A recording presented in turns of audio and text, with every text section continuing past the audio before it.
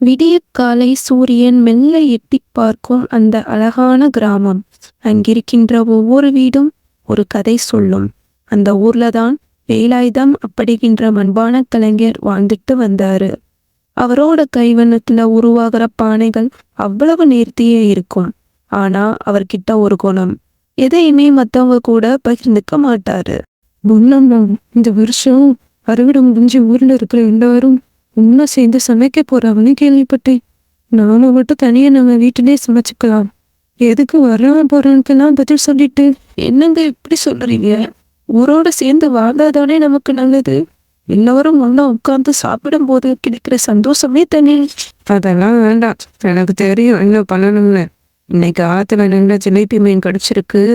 இதை யாருக்கும் தெரியாம சமைக்கணும், புரியுதா? வேலாயுதம் ஆத்துல இருந்து கொண்டு வந்த மீன்களை பொன்னம்மா சுத்தப்படுத்தினாங்க. ஆனா வேலாயுதம் சும்மா இல்லாம வீட்டுக்கு முன்னாடி இருக்கிற திண்ணையில உட்கார்ந்துட்டு யாராவது வர்றாங்களான்னு வேவு பார்த்துக்கிட்டு இருந்தாரு. பொண்ணுங்க, அந்த மசாலாவை அரைக்கும் போது அம்மி சத்தம் வெளியே கேட்காம மெதுவா அர. அப்புறம் அந்த விறகு அடுப்பு புகைய ஜன்னல் வழியே போக விடாத. மேல இருக்கிற ஓட்டு வழியே போகட்டும். வாசனை வெளியே போச்சுன்னா ஒரே திரண்டு வந்துடும். ஒரு மீன் குழம்பு சாப்பிட இவ்வளவு கஷ்டமா? இதோ மசாலா ரெடி ஆயிடுச்சு. பானையில புளி தண்ணி ஊத்தி மீனை போட்டாச்சு. என்ன வாசம் பண்ணலாம்? இந்த வாசமே பசியை தூண்டுதே. ஆனா வேணாவும் இருக்கு. நம்ம ஊரில் இருக்கிற மூக்குக்கு வித்து வராம இருக்கணுமே. குழம்பு வாசனை ஊரையே சுத்திச்சு. அப்போதான் அந்த தெருவழியா ராதா என்கின்ற ஒரு வயதான பாட்டி வந்தாள். அவள் 2 நாளா சாப்பிடாம ரொம்ப சோர்ந்து போயிருந்தாள்.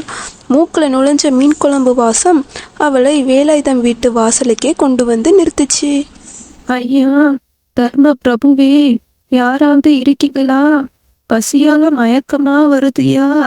கொஞ்சம் பழைய கஞ்சி இருந்தா கொடுங்க, புண்ணியமா போகலாம். பொருளாமா, சொன்ன யாராவது வருவாங்கன்னு அந்த பானையை சீக்கிரம் எடுத்து அந்த நூலில் இருக்கிற பழைய மூட்டைக்கு பின்னாடி மறைச்சு வை. மேல ஒரு பழைய போறைய போ. அம்மா, சொல்ல புரியலையா? அது பக்கத்து வீட்டுல செய்யற வாசம். எனக்கே பசிக்குது. நீ கிளம்பு முதல்ல. ஐயா, பொய் செய்யாதீங்க ஐயா. மீன் குழம்பு வாசம் மூக்க தொலைக்குதே. ஒரு வாய் சோறு போட்டா உங்க கை குறையாதுங்க ஐயா. அம்மா, சொல்ல புரியலையா? அது பக்கத்து வீட்டுல செய்யற வாசம். எனக்கே பசிக்குது.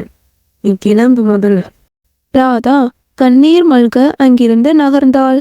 ஆனால் அவளால அதிக தூரம் போக முடியல.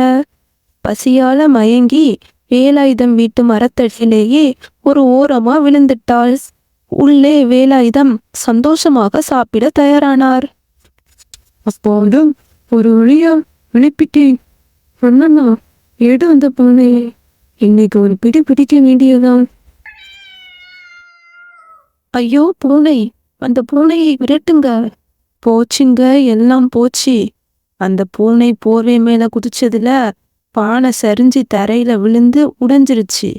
குழம்பு எல்லாம் மண்ணோட மண்ணா போச்சு. எப்படி ஆயிடுச்சு? வேலாயுதம் அந்த உடைந்த பானையையும் தரையில குட்டி இருக்கின்ற குழம்பையும் பார்த்து அப்படியே உட்கார்ந்துட்டாரு. அப்போதான் திண்ணை மரத்தடியில் யாரோ முணங்குற சத்தம் கேட்டுச்சு. வெளியே வந்து பார்த்தா ராதா மயங்கி கிடந்தாள். பொண்ணுமா, நான் எவ்வளவு பெரிய பாவி. பசியோட வந்தவருக்கு இல்லைன்னு போய் சொல்லிட்டேனே. அதான் கடவுள் அந்த சாப்பாடை கிடைக்காம பண்ணிட்டாரு. தர்மம் தாய் காத்துறது சொல்லுவாங்க. ஆனா நான் அதர்மம் பண்ணிட்டேன். பரவாயில்லங்க, இப்பவாவது புரிஞ்சுதே. அந்த தயிர் பானையில இருக்கிற சாதத்தை எடுத்துட்டு வாங்க, இந்த அம்மாவுக்கு முதல்ல கொடுக்கலாம். வேலாயுதம் ராதாவை எழுப்பி அவளுக்கு தயிர் சாதம் ஊட்டி விட்டார். ராதா பசியாறி எழுந்ததும் வேலாயுதம் அவர் கையில் ஒரு புது மண்பானையை அன்பளிப்பாக கொடுத்தார். அம்மா, என்ன மன்னிச்சிடுங்க.